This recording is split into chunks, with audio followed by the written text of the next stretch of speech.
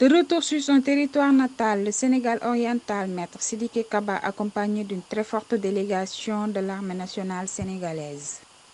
Un camp militaire à Goudiri pour s'adapter aux réalités du moment. Le ministre des Forces armées, Maître Sidiki Kaba, au nom du président Macky Sall, chef suprême des armées, a posé la première pierre du futur camp militaire de Goudiri en présence du chef d'état-major des armées, le général du corps aérien Biram Diop et de plusieurs autorités civiles et militaires.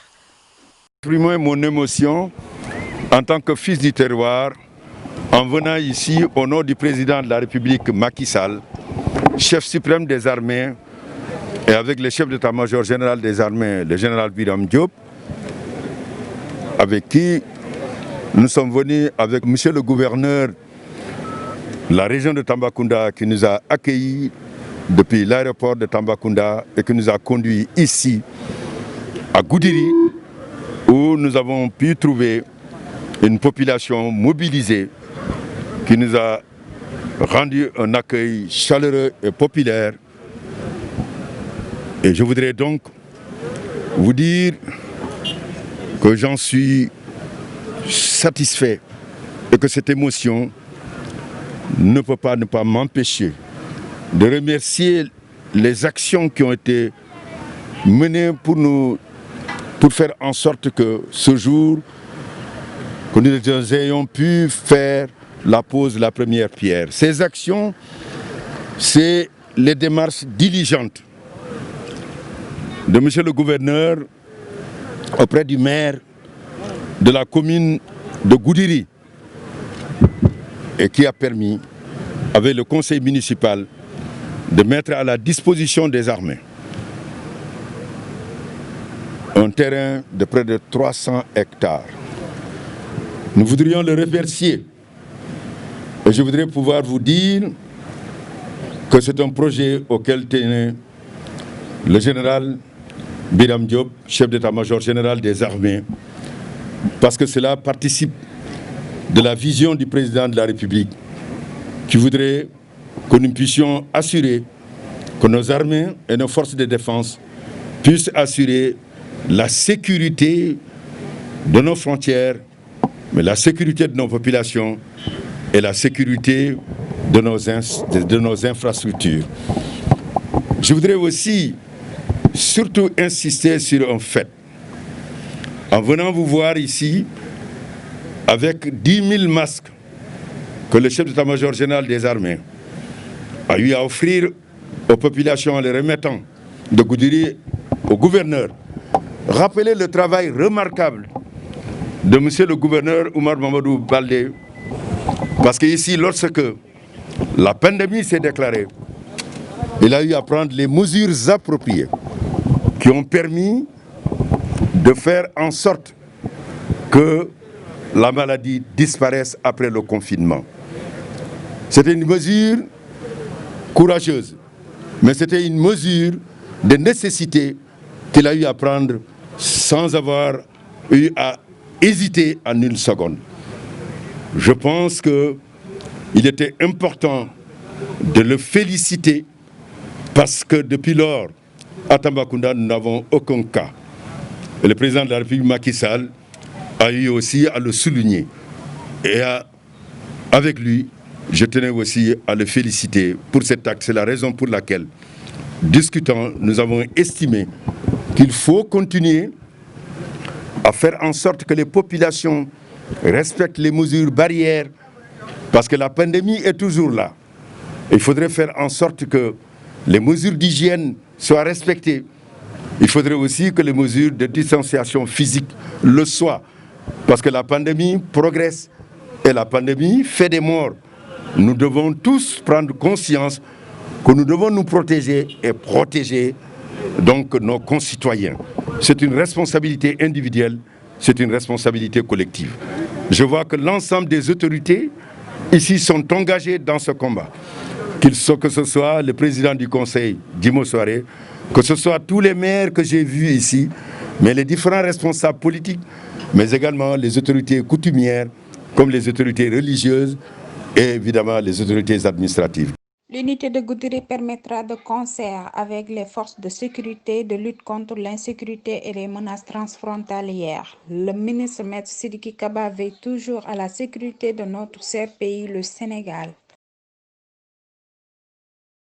gërëm leen sant leen mbokk téléspectateur Tamba TV yi ñuy seetaan am mbégte tey ñëw fii nga xam ne moom mooy marché central bu Tambacounda ginnaaw bu tabaski bi jotee ñaari fan fas yéene leen jox li nga xam ne ñoom ñooy jaaykat yi lépp luñ fi indi di jaay rawatina jëndkat yi kon tey nag lii lañ leen indil ngeen topp ñu xool woon leen naka la marché bi tëddee ci ñaari fan yi nga xam ne moom moo des ci tabaski bi. dañoo obligé ancien motif yi lañ nekk di jaay d'habitude jaay bi di demee nii quoi dañuy chaque instant dañuy ñëw ñuy jaay produit yu bees comme soo xool talon yi nii talon yi jàgg la depuis daaw la événement daaw la woon mais ñuy fii ñu ngi koy kii muy baax.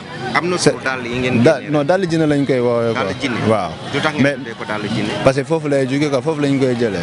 waaw ok mbaa cherul. non cherul.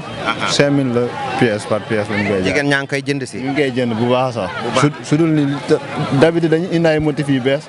mais ren moom tel n'est pas le cas quoi. dañoo obligé jaxase yenn dàll yoo xamante ne bu dee Sénégal fii lañ koy defaree.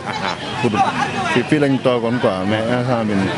li nga indi woon mi ngi wàññeeku. muy wàññeeku waaw. bu baax waaw bu baax kon daal yaa ngi ciy génn. instant bi alhamdulilah ñu ngi sant yàlla quoi. ok gërëm la sant la. ok merci beaucoup. soxna rek.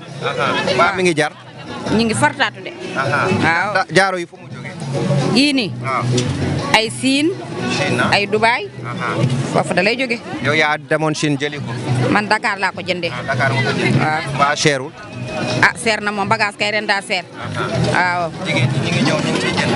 jigéen ñi ñu jënd nànk-nànk de waaye bu doolee ñu jël de. waaw. d'accord gërëm la sant la yaay booy. waaw kay merci. ngeen indi lu bees ci tabaski bi. dàll yi. ana dàll yi. muy nii. waaw woon ñu dàll yi. qualité bi yëpp bees la. bii nu mu tudd. bii. Dockside. Dockside. waaw. ba cherul. non seer.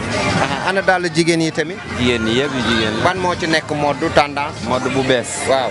bi bu bees ci la bokk. bu bees la nu mu ak bi non bi moom xamu turam. waaw ba cherul. non seerul noonu de. yaakaar nga ni jigéen ñi ñu ngi ñëw jënd si. ñu ngi ñëw waaye xaalis amu. xaalis amul dañuy taxale rek. lu tax xaalis amul. xëy na corona bi la. corona bi. doo leen dàq corona bi mu dem. ñu ngi ci de ñu ngi taxale de pour mu jóg.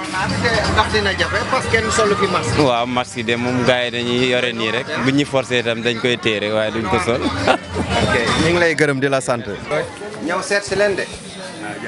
na ngeen def naka waa kër Serigne Fallou. waaw ñu ngi sant yàlla bu baax a baax a baax. waaw fii mooy sant yàlla bitik waa kër Sëñ Fallou. Saliou dafa mel ni dara manqué wu.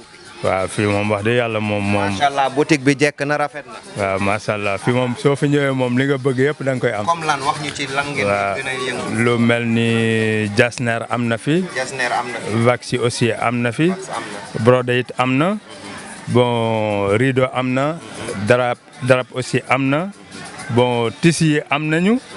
bon cosmétique bi aussi mu ngi nii. parfum boo bëgg soo ñëwee am ko. waaw moom daal macha allah daal. daal mbirum jigéen daal ngeen ngi gën a jaay. waaw moom kay lépp luy mbirum jigéen rek ñu ngi koy jaay ak lépp luy mbirum góor dañ koy jaay. waaw fii daal maam ku fi dugg rek li nga bëgg yëpp mën nga ko am daal. macha allah mbaa cherul. non promotion lañ def nag instant bi moom. promotion lañ def waaw instant bi moom. prix yëpp dañ ko wàcce quoi parce que xam nañ ne comme xaalis amul. waaw bon du yoon sax ñuy seeral affaire yi daal. voilà dañuy comprendre rek xam ne jamono bi neexul moo tax ñu wàññi prix yëpp daal. waaw moom daal képp ku bëgg lu baax rek ñëwal sant yàlla bitik fii mooy bitiku Saliou Diagne soo ñëwee lépp dina fi am loo bëgg di nga ko am te boo ñëwee dinañ la accueillir xam nga compagnie la ba nga am li nga bëgg yëpp. voilà maanaam ñu ngi ñëw bu baax. waaw ñu ngi ñëw wax dëgg yàlla ñu ngi sant yàlla bu baax a baax wax dëgg yàlla. jërëjëf sëñ bi ñu ngi lay nuyu jërëjëf. macha allah merci beaucoup. rideau la soxla. loolu soxla waaw. ok pour xam naa soxna si la. waaw non day jaay wala. looy wut si rideau. waaye rideau laa wut. lu tax ngay wut rideau pour kan la. waaw dama am client bu soxla rideau rek. ñoom ñoo soxla rideau. oui nga ñëw tànnal leen rideau quoi. oui oui d'accord mbaa rideau yi cherul. waaw alhamdulilah rabbil alamin. am na yu rafet tamit. oui macha allah macha allah. waa sant yàlla taw si macha allah. dañoo tiitoon ndax corona bi waaye macha allah lépp jàmm. ñu sant yàlla bu baax ñaan yàlla fekk ay déwén yu bëree bari. yàlla yokk xéewal yi. ñun tam yàlla bàyyi leen suñu kanam. marché bi daal mi ngi nii tubaarkàlla macha allah. xarit am na. xaalis am na bagage am na. lépp am na. jërëjëf yaay. moom ren moom xaw na seer quoi. nit ñaa ngi jënd si. waaw ñi ngi jënd moom naaj sama waaw ñi ngi ñëw ndànk-ndànk quoi. waaw nañ ñëw ndànk-ndànk. xaalis am na. dañ koy dégg rek mi ngi ñëw ndànk-ndànk moom ñu ngi sant bu baax. naka ngeen dundee feebar bi. feer bi ñu ngi mbasanteeg moom ndànk-ndànk rek. waaw gëm nañ loolu. incha allah jërëjëf. feebar bi. waaw. bagage am na. bagage moom amul surtout bagage su xale quoi. waaw manqué na trop. waaw yu mag yi ñoo tane sax daal. fu bagage yi jógee. bagage waaw am na yu jógee Chine am na yoo xam ne day jógee Turquie waaw. lu mel ne client yi ñu ngi ñëw ñu ngi bëgg parce que waaw ñu ngi ñëw parce que xale yi faaw ñu jëndal leen. waaw mais ñu ngi wër ba sonn nag parce que bagage su xale moo xaw a manqué daal. te cherul yaakaar naa. bagage yi waaw bagage yi nag xam na seer parce que gars yi dañoo yokk affaire yi da nga fekk ma woote téléphone yi di waxi bagage ni ma gars yi dañu ko jënd tegaat ci yokk ko quoi. kon baadu loolu moo tax. affaire yi xaw a doy waar daal parce que ñi ko am dañ koy denc. ñëpp amuñu bagage am na ñoo xam ñoo ko am dañ koy yokk. waaw mais yow daal maanaam am nga lépp daal. waaw am na ñu fi am wax dëgg yàlla waaw fexe am ay bagage daan fexe nañ ba góorgóorlu ba gaaw ñu ngi ñëw parce que suñu clients yi faaw daañu am lu leen jox quoi. loo indi fii ci tabaski bi. tey non ay daal affaire yooyu noonu quoi. daal yi fu mu jógee. daal bi maa ngi ko commandé woon Dakar quoi. jógee centre commercial ñëw di jàppale waa Tamba quoi xam nga sànqal la jëlee ba pare ñëw jaay leen daal. xam nga client yaa ngi jënd. client yaa ngi jënd bu baax. sant waaw sant déedéet man jaaykat laa man nag ki ñooy jaay fii. waaw man ñooy jënd waaw damay jënd man de daal xale laa bëggoon waaye daal yi dafa cher. seen daal yi de cher. mais nee na moom day wanteer. wanteerul de wanteerul parce que daal yi daa cher. waaw. merci jërëjëf. créé doom jar na télécharger doom. jar na gon dem sëy boo xëyee rek am doom. gaa yaa ngi jënd. gaa yi ñu ngi jënd ndax boo jëndee jën 5000 jënd seen 300 ñaari téeméer mooy takk tuba yi. waaw ngeen wax policiers yi nag ñu bàyyi ñu liggéey. waaw 3 jours ñoo ñu xaw a sonal quoi chaque matinal dañu fiy ñëw di jaxase bagage yi. lu tax ñu leen di sonal. waaw moo ma jaaxal yoon la ñuy wax ñu bàyyi mais fii yaatu na fii bañ génnee gaa yi la yoon du yaatu. waaw dañoo war a mun a bàyyi ñu liggéey ndax ñun ay ndaw lañ dañuy daan doole. waaw nekk ñu di wër dañoo ñëw pour defar dëkk bi ñëw ñu pour yàq dëkk bi waaw kontaan naa ci yéen. gërëm la sant la waaw jaajëf. waaw bon moom laay ut quoi. ban genre yére nga koy wutal. waaw jean ak body quoi. yaakaar nga di nga ko am. bon yaakaar naa dinaa ko waaw. cherul tamit. bon je ne pense pas. wutal nga sa bopp. waaw. wutal nga sa bopp wutal nga soxna si. waaw. xale bi rek moo des. waaw moo des jaajëf gërëm la sant. ok merci beaucoup waay. TV yi ñu doon seetaan yegg si nañ ci cëppaandaw li fii la marché bi yem nag comme ni ngeen ko gisee commencé woon nañu fële nga xam ne moom mooy ci buntu bi ñëw nañ fii jeexal gis ngeen lu ñu leen indil tey seetaan ngeen jaaykat yi seetaan ngeen jëndkat yi donc lépp li nga xam ne nit soxla na ko ci tabaski bi gis nañ ko fii ci marché central bi wasalaam jërë ngeen jëf. Malgré la situation actuelle du Sénégal, le ministre des Forces armées, Maître Sidiki Kaba, a effectué le déplacement à Tambacounda pour passer la fête de Tabaski en grande famille et avec sa population. Il a accueilli les imams de Tambacounda pour leur donner chacun un boubou et enveloppe. su ma fi ñëwee yéen a tax ma ñëw. macha allah. gis ngeen bas bi Dakar la gën a takkarnaase.